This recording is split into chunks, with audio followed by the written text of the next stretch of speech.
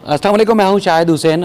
इस वीडियो में आपके सामने बड़ी और अहम पेशरफ्त रखनी है 2011 केस के हवाले से। आज जो एक नई दरख्वास्त दायर की गई है उसकी तफसीलात, बल्कि उस दरख्वास्त का पूरा मतन जो है वो आपके सामने रखूँगा। मेहदी अली काज़मी साहब आज जो है सिंध हाई कोर्ट पहुँचे थे, उन्होंने एफिडेविट करा लिया है और बाकायदा तौर पर इस दरख्वास्त की समाअत कल होगी, यानी कि कल जो है वो 6 जुलाई को होगी। 6 जुलाई को जो मेन ट्रायल है केस का, उधर भी समाअत होगी। और आज एक मिसिंग पर्सन केस में पेश हुए थे शौकत शाहानी, जो कि DSP हैं दुआ जहरा केस के, वो पेश हुए कमरा अदालत में। उनकी किस तरह अदालत ने जस्टिस मोहम्मद इकबाल करोड़ो साहब ने सर्जनेश की और किसी और केस में, लेकिन उसके बाद फिर जब उन्होंने खुद तस्करा किया तो उनको इस तरह सर्जनेश का सामना करना पड़ा। बाहर आए तो हमने सवालात किए, उसकी वीडियो आपने देखी होगी, लेकिन उसकी कुछ मज़ीद तफसीलात है वो भी आपके सामने रखनी है। सबसे पहले तो मैं जो नई दरख्वास्त दायर की गई है दुआ जहरा की बाजियाबी के हवाले से सिंध हाई कोर्ट कराची में, उसकी तफसीलात आपके सामने रखता हूँ।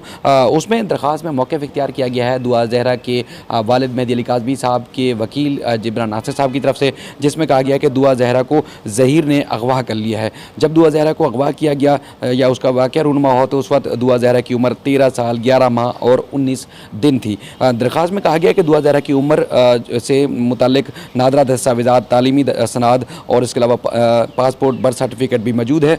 ज़हीर ने मुग़विया को पंजाब ले जाकर चाइल्ड मैरिज कर ली है, यानी कि कम उम्री में उससे शादी कर ली है। दरख्वास्त में कहा गया कि निकाह नामे में तारीख़ 17 अप्रैल दर्ज है और 18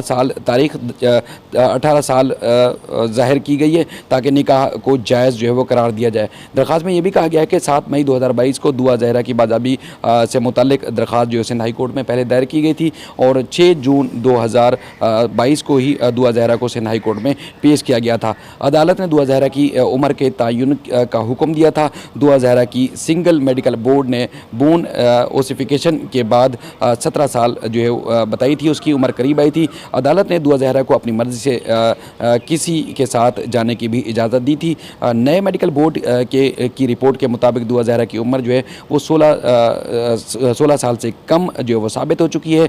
पंजाब रिस्ट्रेन मैरिज एक्ट 2016 के मुताबिक उसकी शादी गैर कानूनी है। मुग़विया के साथ अगर जिनसी ज़्यादती साबित होती है तो मुल्ज़म ज़हीर के ख़िलाफ़ कार्रवाई की जाए। दरख्वास्त में ये भी कहा गया है कि अदालत से इस्तदा की गई है कि 14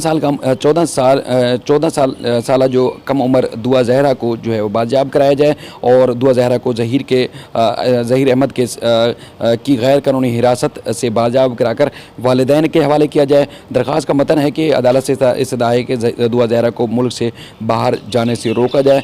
और दरख्वास्त में मेहदी अली काज़मी साहब की जानिब से आज जो एफिडेविट कराए गए हैं और उसमें दरख्वास्त में महकमा दाखिला सिंध, IG सिंध, SHO अल-फलाह, ज़हीर और दीगर को इसमें फ़रीक बनाया गया है। ये दरख्वास्त का मतन था, इसकी कॉपी मौजूद है। चूँकि ये फ़ौरी अपडेट होती है, वीडियो अपलोड होती है आप सबको जल्दी इस चीज़ बताने के लिए, तो इसलिए मैं दरख्वास्त की कॉपी इसके साथ मुंसलिक नहीं करूँगा। लेकिन जो एफिडेविट है ज़ाहिर है वो एक पर्सनल चीज़ है मेहदी अली काज़मी साहब की, वो हम जो है वो पब्लिक नहीं कर सकते। बहरहाल ये अदालत में अब आज सुबह उन्होंने किया है। बाकायदा तौर पर कल इजाज़त लेने के बाद कल ही मुमकिन तौर पर जिब्रान नासिर साहब इस केस की पैरवी करेंगे और सिंध हाई कोर्ट का 2 रुकनी बेंच जो कि मुमकिन तौर पर जस्टिस मोहम्मद इकबाल करोड़ो साहब की सरबराही में इस केस की समाअत करेगा। अच्छा, आज जो है वो एक बच्चा था मुज़म्मिल शाह, जिसका नाम था, लियारी के इलाके से उसको अगवा किया गया था कुछ अर्सा पहले। उस केस के तफ्तीशी अफसर CIA या AVCC के जो अफसर हैं वो DSP शौकत शाहानी साहब हैं। आज जब वो पेश हुए, अदालत ने उनसे पूछा कि उस बच्चे की बाजियाबी के लिए क्या आपने इक़दाम किए, तो उन्होंने बताया कि हम बाजियाबी की कोशिश कर रहे हैं, ये है वो, आगे पीछे हैं बैश हैं, उन्होंने बयान की। उस पर अदालत ने उनकी ठीक ठाक बहुत सारे जो अल्फाज हैं वो शायद हम आपके सामने नसर भी ना कर पाएँ, क्योंकि वो ख़बर सिर्फ हम TV पे रिपोर्ट कर रहे हैं, YouTube पे नहीं कर रहे। लेकिन कोशिश करूँगा कि शायद दूसरी तफसील से वीडियो बनाई जिसमें उनकी सर्जनेश की गई है कि पुलिस की गफलत और लापरवाही की वजह से क्या कुछ कौम को, अक़वाम को भुगतना पड़ता है। और ख़ास तौर पर DSP शौकत शाहानी साहब की जो गफलत और लापरवाही पर अदालत ने उनकी सर्जनेश की है वो नाकाबिल बयान है। उन्होंने रिमार्क्स में शदीद किस्म की उनकी सर्जनेश की है। समाअत के दौरान जब मिसिंग पर्सन के या मिसिंग चिल्ड्रन के बच्चे के हवाले से जब समाअत जारी थी तो उस दौरान उन्होंने कहा, नहीं सर, मैंने तो बड़े काम किए हैं और मैंने दुआ जहरा केस का भी किया है। और उसमें अदालत ने कहा, जी हाँ, ये तंज़िया अंदाज़ में आप कहें या एक सर्जनेश करने का अंदाज़ था। अदालत ने उनको कहा, जी हाँ, आपने उस केस में मेहरबानी की है, वो हमें पता है, और आपने क्या किया वो हमें सब पता है। लेकिन इस केस का हम बता रहे हैं आपको कि इसके ऊपर आप मेहरबानी करें, बच्चा है, इसको फौरी तौर पर बाजियाब कराएं और पुलिस का काम है कि इस तरह की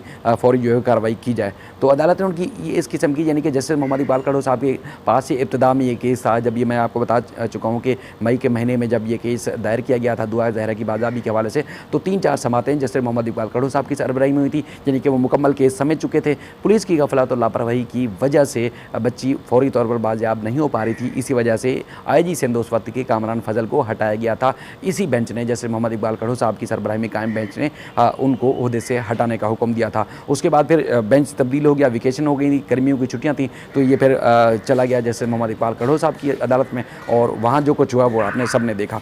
अब मामला है, जब वो बाहर है तो हमने, चूँकि अब जिस तरह पहले वो बार बार तज़किरा करते थे कि बच्ची बालिग़ है, अपनी मर्ज़ी से शादी कर सकती है, अपनी मर्ज़ी से ज़िंदगी का फ़ैसला कर सकती है, केस बनता नहीं है अगवा का, कोई सबूत नहीं है, कोई शवाहिद नहीं है, वो मैंने जो है उनसे गुफ्तगू की। और मेरे साथ बिलाल अहमद साहब भी थे, तो उन्होंने भी गुफ्तगू की, कुछ सवाल उन्होंने किए, कुछ मैंने किए। मैंने उनसे यही सवाल किया कि वो कहते हैं कोई गवाह नहीं है, कोई सबूत नहीं है, कुछ किसी ने कोई आई विटनेस नहीं है, कोई आईनी शाहिद नहीं है, कोई गवाह नहीं है, तो फिर केस नहीं बनता। किस तरह हम तफ्तीश करें? बच्ची को ये पता ही नहीं है, बच्ची ने कुछ बताया नहीं है, कोई गवाह भी नहीं है कि कौन लेके गया था, तो इस तरह अगवा का मुकदमा नहीं बनता। और चूँकि अब कम उम्र मेडिकल बोर्ड की रिपोर्ट में आ चुकी है, तो अब जो अदालत यानी कि ट्रायल कोर्ट जो फैसला करेगी उस पर अमल दरामद करेंगे, लेकिन केस नहीं बनता। तो मैंने उनसे सवाल किया कि क्या अगर ये बच्ची, अगर कोई कत्ल हो जाता है तो क्या वो पुलिस को बता के जाता है कि मुझे फलां कत्ल करेगा, और पुलिस फिर जाके उसको पकड़ लेती है?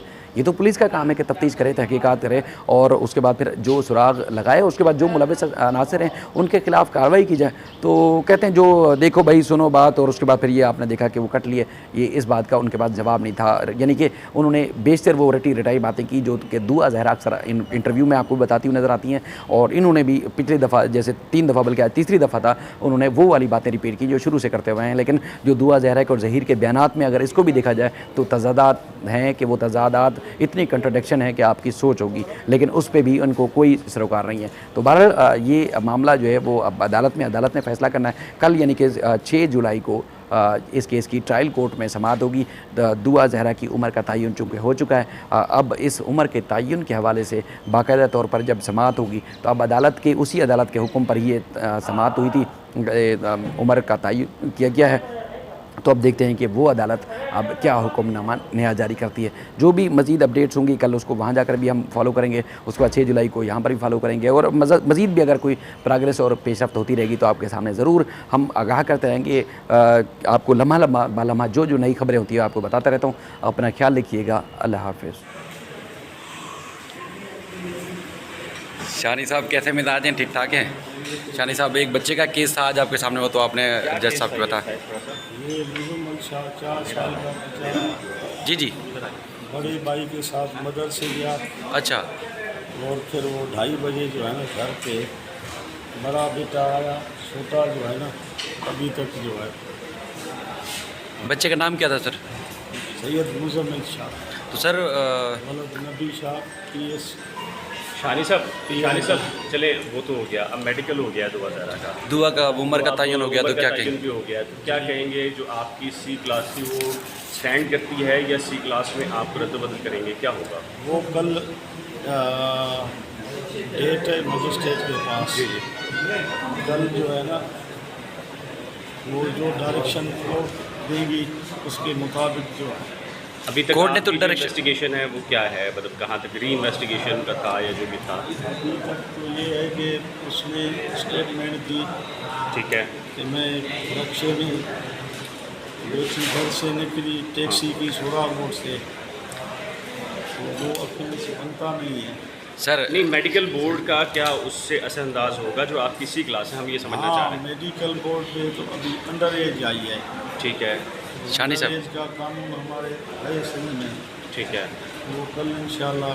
शानी साहब, जैसे दुआ रटी रटाई बातें करती है, आपने तकरीबन 3-4 दफ़ा मीडिया पे हैं, आपने सेम बातें की, मतलब कोर्ट ने तो आपको नए तहकीकात करने का ऑर्डर दिया था, तो नए सिरे से अब क्या तहकीकात की आपने? तहकीकात ये है कि भाई एक तो कोई आई विटनेसेस जो है ना, जी जी ठोस गवाह जिसको कहते हैं, जी जी, किसी ने प्रोड्यूस नहीं किया है, ताकि वो हमें बताएं कि भाई इस जगह से हमने देखा और ये किडनैप करके। सर अगर कोई कत्ल हो जाता है, मेरी बात सुने जी जी, तो केस तो शहादतों पे चलता है। सर मैं वही अर्ज़ कर रहा हूँ, कोई कत्ल होता है वो थोड़ी बता के जाएगा मुझे किसने कत्ल किया है, तो पुलिस का काम है कि वो तहकीकात करे, तलाश करे कि उस कातिल कौन थे। ऐसी एविडेंस सामने नहीं आई है, ठीक है। Thank you. Thank you sir, thank you.